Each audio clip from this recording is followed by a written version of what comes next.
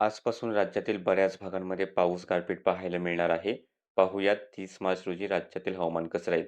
पण त्या अगोदर ज्यांनी मेंबरशिप घेतलेली आहे त्यांच्यासाठी फक्त सांगली, सोलापूर, अहिल्यानगर आणि नाशिकचा अंदाज कसा पाहायचा?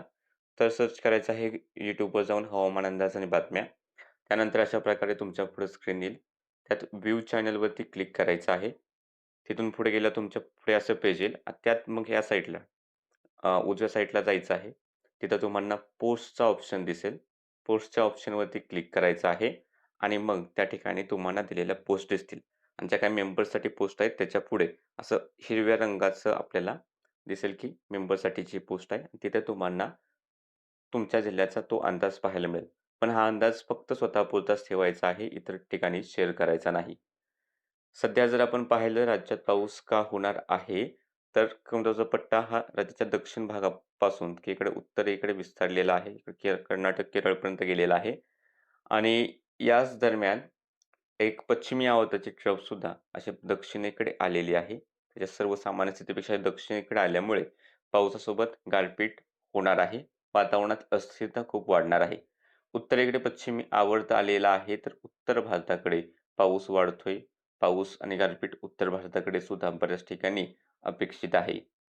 सध्या जर आपण पाहिलं तर राज्याच्या दक्षिण भागांमध्ये ढगाळलेलं वातावरण दिसत आहे.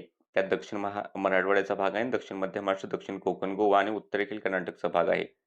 पण सध्या तरी राज्यात अ, पावसाचे ढग नाहीत, पण दुपारनंतर स्थिती बदलणार आहे. आज किंवा येत्या 24 तासातील जर आपण अंदाज पाहिला, तर नंदुरबार, धुळे, जळगाव, छत्रपती संभाजीनगर, जालना, बीड, लातूर, नांदेड, बुलढाणा, अकोला, वाशिम हा जो भाग आहे, या भागामध्ये मेघगर्जनेसह पाऊस होण्याची शक्यता दाट आहे. तर काही पट्ट्यात या ठिकाणी गारपीट सुद्धा होण्याचा अंदाज आहे. त्यानंतर पुणे घाट, सातारा घाट किंवा पश्चिमेकडील भाग असतील किंवा इकडे कोल्हापूरचे पश्चिमेकडील भाग असतील, बेळगावचे पश्चिमेकडील भाग असेल, याही ठिकाणी मेघगर्जनेसह पाऊस आणि गारपीट होण्याची शक्यता दाट आहे. त्यानंतर पुणे पूर्व, सातारा पूर्व, कोल्हापूर पूर्व, बेळगावचे राहिलेले भाग, या भागांमध्ये विखुरलेल्या स्वरूपात गडगडाट आणि पावसाची शक्यता किंवा एखाद्या ठिकाणी गारपीट याही पट्ट्यात होऊ शकते. त्यानंतर इकडे अमरावती, यवतमाळ, वर्धा, चंद्रपूर, गडचिरोली, नागपूर, भंडारा, गोंदिया दुपारनंतर रात्री उशिरा किंवा पहाटेच्या दरम्यान या भागामध्ये पावसाची शक्यता आहे आणि याही ठिकाणी एक दुसऱ्या भागांमध्ये गारपीट शक्यता नाकारता येत नाही.